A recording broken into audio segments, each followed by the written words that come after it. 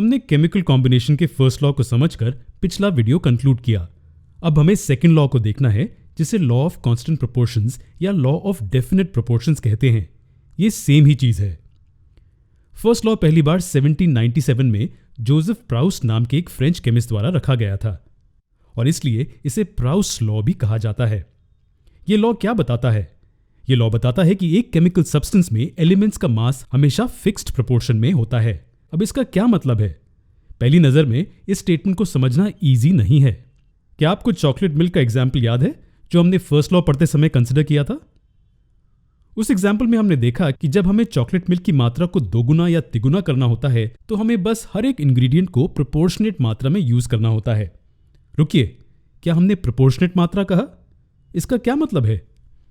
इसका मतलब यह है कि जब हमें 5 की बजाय 10 लोगों के लिए ड्रिंक बनानी होती है तो हमें बस दोगुनी मात्रा में इंग्रेडिएंट्स लेने होंगे, राइट? कुछ भी ज्यादा या कम कर देने से स्वाद में बदलाव आ जाएगा। उसी तरह कोई भी एक केमिकल सब्सटेंस में जो एलिमेंट्स मौजूद होते हैं उनका मास एक फिक्स्ड प्रोपोर्शन में होता है। तो चलिए फिर से एलिमेंट्स ए और बी का एग्जाम्पल लेते हैं जो हमें कंपाउंड सी देते हैं। अब अगर हम कंपाउंड सी के सिर्फ एक यूनिट को ऑब्जर्व करें तो हम नोटिस करेंगे कि इसमें 2 एटम्स एलिमेंट ए के हैं और 3 एटम्स एलिमेंट बी के हैं। क्या ये सभी यूनिट्स के लिए सच है जो कंपाउंड सी बनाते हैं? जी हाँ, इसका मतलब कि अगर इन यूनिट्स में से एक भी एटम को निकाला या जोड़ा जाए तो इसे हम कंपाउंड सी नहीं कह सकते हैं, ये कुछ और में बदल जाएगा। तो अगर नंबर ऑफ एटम्स फिक्स्ड है तो क्या मास भी कांस्टेंट होगा? जी बिल्कुल। इसे पढ़ने का सबसे अच्छा एग्जाम्पल अमोनिया का है। अगर हम अमोनिया को किसी भी तरह से, जैसे कि बेहद हीट या कोई भी दूसरे तरीके से डिकम्पोज करते हैं तो हमें नाइट्रोजन और हाइड्रोजन एटम्स मास के सेम प्रोपोर्शंस में मिलते हैं। तो मान लीजिए हम 17 ग्राम्स अमोनिया लेते हैं।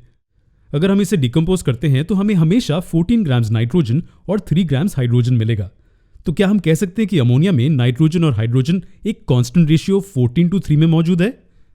और अगर हम अमोनिया को कोई भी दूसरे तरीके से डिकम्पोज क्यों ना करें, इस कंपाउंड में नाइट्रोजन और हाइड्रोजन का रेशियो हमेशा सेम ही रहेगा, 14:3। हाँ, और ये सभी कंपाउंड्स जो नेचुरली या फिर आर्टिफिशियली एग्जिस्ट करते हैं उनमें भी देखा जाता है।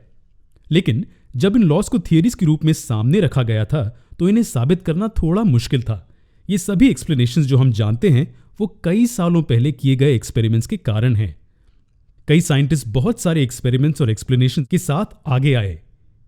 इन सब में से डाल्टन्स एटॉमिक थ्योरी नामक एक प्रसिद्ध थ्योरी इन कई सवालों के जवाब के रूप में सामने आई।